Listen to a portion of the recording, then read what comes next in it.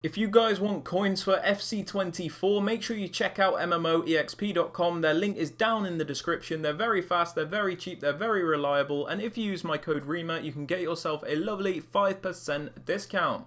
So what's up guys, it's Ash here and welcome back to another video on the channel. In today's video guys, we do have some 422 custom tactics and player instructions for you. I hope they help you out in FC24. 422 is similar to the 4231 to me, except it feels a bit more direct with the extra striker instead of the third cam. But yeah, it's still a decent formation. My personal preference will always be the 4231, but this formation is very good for when you need to grind out results and then get those goals and things like that. So 4231 is a bit better for creativity, I think. 422 is more direct, but yeah, with all that aside guys, let's get right into the video.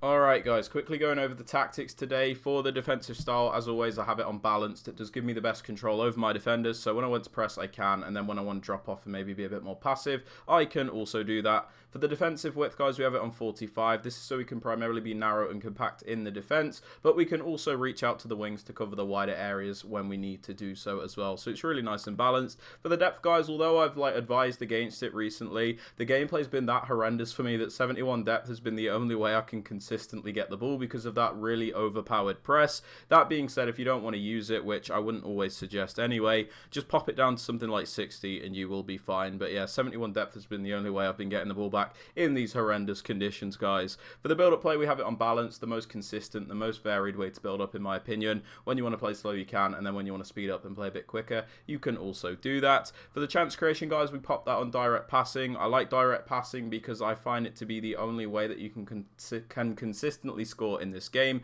When you use direct passing, guys, your attackers will make these runs, defenders will follow the attacker making the run, and then once the defender has overcommitted, the attacker will track back. So it's a very overpowered way to score, even if it is a little bit boring. For the attacking width, guys, I have it on 53. I find this to be really nice and balanced. It's not too wide, not too narrow either, so this is my preference for the attacking width. For the players in the box, guys, we just bang this on 5. This is so we can get a few players into the box, but we don't overcommit everybody, of course. And then for the corners and the free kicks, guys, we just bang these both on 1, but it's up to you what you do with that. Now for the player instructions, guys, on the strikers, we pop them on stay central and get in behind. Stay central because we don't really want them drifting out into the wider areas. They are our strikers, so we primarily want them to be in the middle. We also pop them on get in behind so we can utilize their pace to get in behind those high defensive lines which people like to use, and it gets you the best chances in my opinion. For both the wide cams, guys, at the moment, I just have them on get into the box for cross. I would sometimes pop them on come back on defense to make it defend in a 4-4-2 shape, but what I have been finding with this really slow gameplay is it's been really difficult to get up the pitch when I have these players on comeback on defense, because even playing the simplest of passes can be difficult sometimes. So basic defensive support, so you at least have some attackers out of your half, you know, or high up in your half, you know, just so you can play a couple of passes, maybe get on the attack, because comeback on defense when the gameplay is horrible is actually really difficult to use because there's no movement and it's really hard to get out when you're being penned in. That's just my preference though, guys. For the left CDM, the more defensive-minded ones stay back and cover centre. So, you know, this is the more defensive-minded player, so we don't want him flying forward. These are the best instructions, and I also prefer cover centre as opposed to cover wing.